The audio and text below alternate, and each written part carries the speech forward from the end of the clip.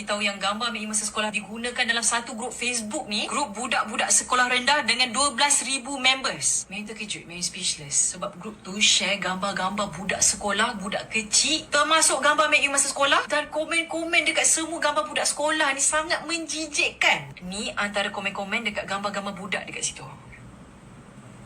Gambar budak, guys. Ini bukan lawak, ini bukan suka-suka, ini salah, ini jenayah. Hari ni Mek Yu bersuara sebab kita tak... Tergerak hati saya nak panjangkan lagi isu yang Mek Yun dapat ni sebab ramai yang tak ulas, konten-konten kreator ramai yang tak cerita pasal benda ni. Korang kalau ada kes artis cerai, putus tunang pun korang menggelupur cover, tapi kes-kes macam ni yang sepatutnya korang kena spread awareness lagi. Untuk siapa-siapa yang tak follow kes ni, gambar Mek Yun disebarkan dalam satu grup pedo korang. Korang tahu tak grup pedo tu apa?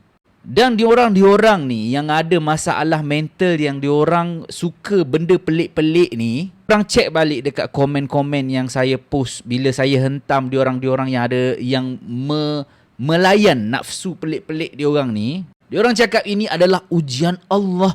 Allah yang bagi nafsu ini kepada saya. Jadi saya kena melayan nafsu ini. Mudahnya dia salahkan Tuhan, ya.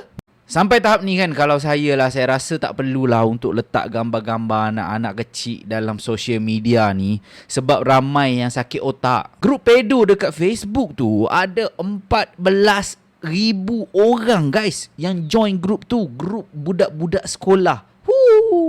Memang betul kes Mek Yun tu, Mek Yun dah buat report polis apa semua. Tapi bagi saya benda ni kita kena spread awareness. Sebab memang ada orang-orang gila ni, guys. Dan orang-orang gila ni dia tak duduk diam tahu. Dia memang memburu. Dan dia orang memang memburu.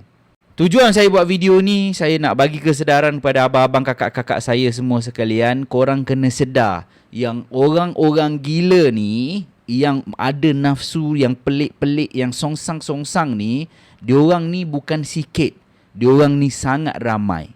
Semoga kita dan ahli keluarga kita dilindungi daripada golongan-golongan yang dimurkai Allah.